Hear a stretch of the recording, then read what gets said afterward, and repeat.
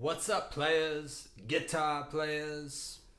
So I thought it'd be fun to make a top 5 video of my top 5 guitar players. Before I get into the list, I just want to qualify this is my top 5. And I totally understand and expect many people will disagree with me. In fact, I want to hear your disagreements. I want to hear who your top 5 players are, because maybe that will challenge me to listen to those players more, or to listen to them with a new perspective. So feel free to share with me who your top 5 are and why they're your top 5. Another thing I want to say is this list is always evolving. And I think it's a worthwhile exercise, because if you limit to, say, 5 or 10 players, it really makes you think who in that moment in your journey as a player is really important to you. Where are you drawing your inspiration from? Are you aware of who you're drawing your inspiration from? So I think it's good to level that field and really quantify it, or really be able to list it out and keep an awareness of what it is you're listening to and why you're listening to it, and that's important to make sure you can identify what it is that makes those players great. For me and my list, I want to admit right up front that there are many players that are technically better than the players on my list. But the reason the players that I have on my list are there, because one of the factors that I consider to be one of my top 5 guitar players is how many people have they been able to touch through their playing. And what I mean by that, there's so many great guitar players out there. I mean, technically amazing guitar players, but when they go out and do shows, maybe there's just a couple hundred people there that come out to see them. Which, I mean, that's great, but what amazes me is when a guitar player, almost primarily through their instrument, or their guitar is a big reason for their draw, is able to draw thousands, if not tens of thousands of people. I just find that really amazing. So that's a pretty common theme throughout my list. And I have a bonus player on my list, so a 6th player who I'm going to say is probably one of the most underappreciated guitar players out there. And sometimes I have to remind myself of this person and go find their guitar work that I really dig and keep listening to it, because it's just so fresh.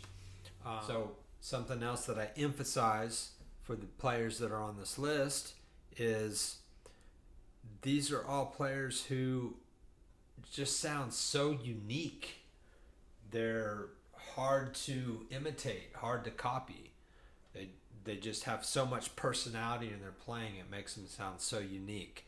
I find that really amazing, and that's what I really preach to all you players out there, is to find your voice, because I really believe we all have something special that makes us unique, and that's the voice we need to find in our guitar playing. And that's what I strive for in my guitar playing, and I think that's a big reason why these 5 people are on my list. And again, the list is always evolving. If I had made this list in high school, the list would probably have Jimi Hendrix and Jimmy Page, and who else would be on the list when I was in high school? Stevie Ray Vaughan,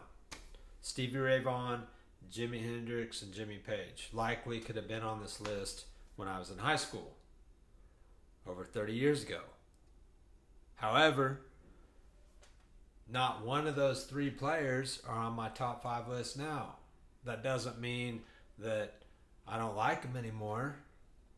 They're amazing players. I love their work.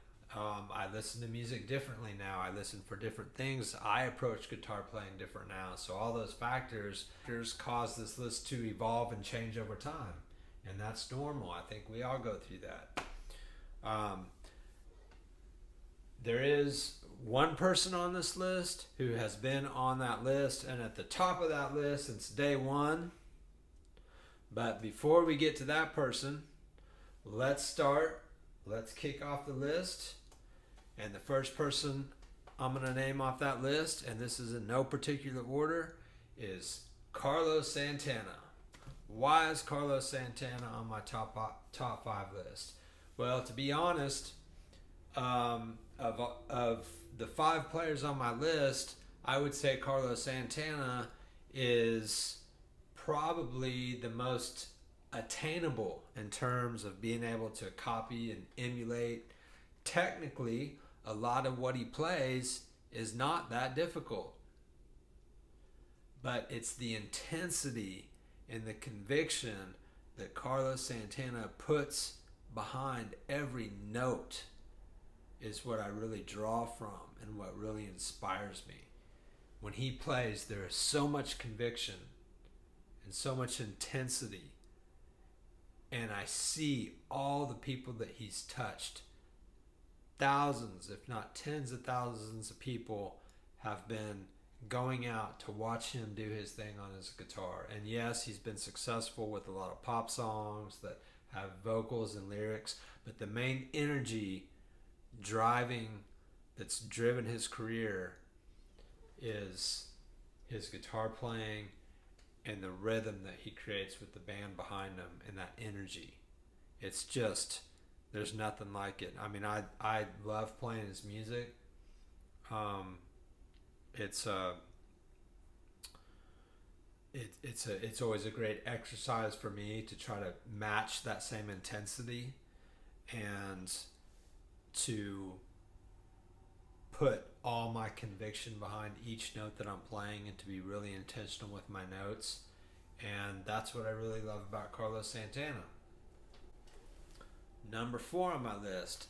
This is a relatively new arrival on the top 5 list for me, and that is none other than David Gilmour. Wow. What that man can do with 3 notes, right? So melodic, has these big overarching themes in his licks and what he plays. It's just, it makes the song, and a lot of the body of work that he's done with Pink Floyd. It's like he'll have one hook that just makes the whole entire song. And I think he's a really hard player to emulate and copy, because the way he does his bends, the way he works bending the strings into the melody is so precise. If anybody goes out there to try to copy that, there's just so much liability to cover David Gilmour and to cover some of those Pink Floyd songs, and even some of his solo work. It's just incredible. He's just such a tasteful player. When I listen to David Gilmour, it always makes me want to just slow down and see how much I can get out of one note, and where that one note can carry me, and how it can carry me to the next note, and what melodies can I improvise on the spot while I'm playing. So that's what I really like about David Gilmour. And like I said, he is the newest arrival. Yeah, I would say he's probably the most recent arrival on my list. Moving on, number 3, top 5 guitar player. Rob's top 5 guitar player list. All right, so this one's probably going to surprise a lot of people, but Buddy Guy. My list would not be complete without an original blues man. Buddy Guy, I think 6 decades out there traveling around the country and the world, doing his thing, playing the blues. And man, he's just so unique. He is so unique. He's got his own sound, and he is an authentic, original blues man. The way he bends the strings and the tension he creates with the audience. And I've seen him live probably 5 times, if not 6. And I've seen how he works a crowd and works an audience. And I've seen his audience grow and just touch more people through all the decades that he's been doing the blues, out there traveling around, working so hard. Just have so much admiration for him. And he is a national treasure. And he's definitely, I definitely would not consider him a highly technical player at all, but there's only one guy that can sound like him, and it's Buddy Guy. He's just so unique, and the way he makes that guitar talk just leaves me speechless. And when he plays, he can make me cry, he can make me laugh, like all in one guitar solo. He can just take me through a whole range of emotions, and it's just amazing what he can do with the guitar. He's really special, and I hope we'll still have him around for several more years.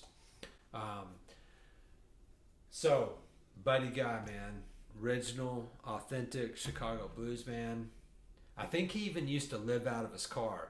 If it seems like I heard somewhere or read somewhere that when he first started playing the blues in the clubs around Chicago and stuff, that he was living out of his car, and he worked at a car factory. He worked for Ford or something like that. So he'd work during the day, and he'd get a little bit of rest, and he'd go hit the blues clubs and play his guitar at night, and get a little bit of sleep and back to work. So just worked his way up from nothing, and it's amazing what he's become.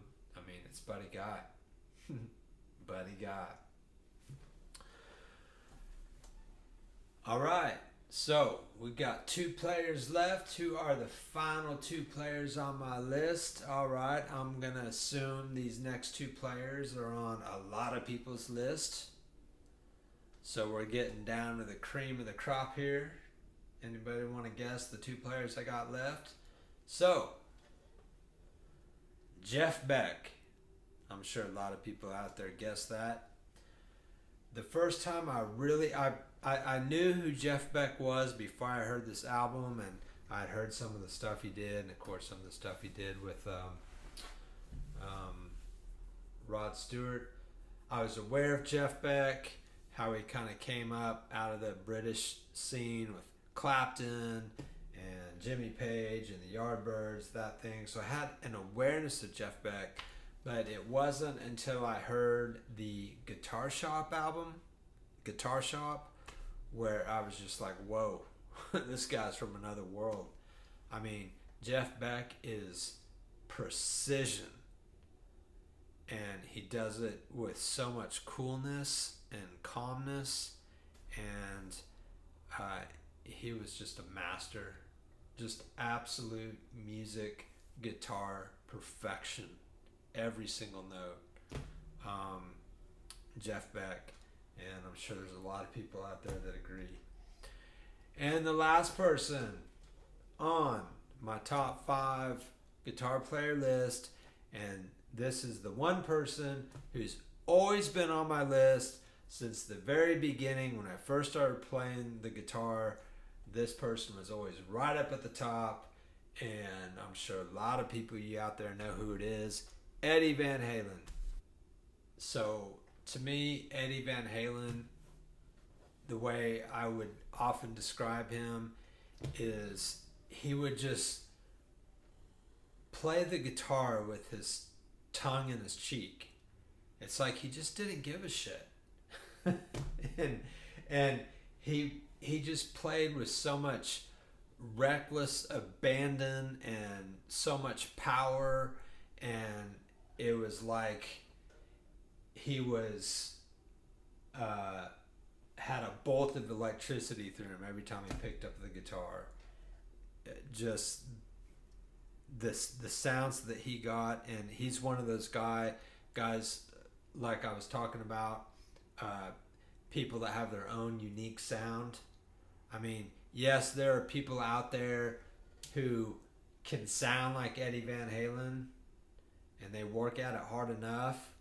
They can sound inspired by Eddie Van Halen, but and there's even some good Van Halen cover bands out there, and there's great guitar players in those bands that can pull off some of the Eddie stuff.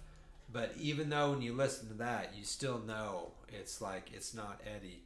I mean, he just had a magic touch and super creative, seemed to never run out of ideas, and he was such an innovator, and I really miss him. And I'm glad we have his son around. I think Wolfgang's a great musician as well and a great guitar player.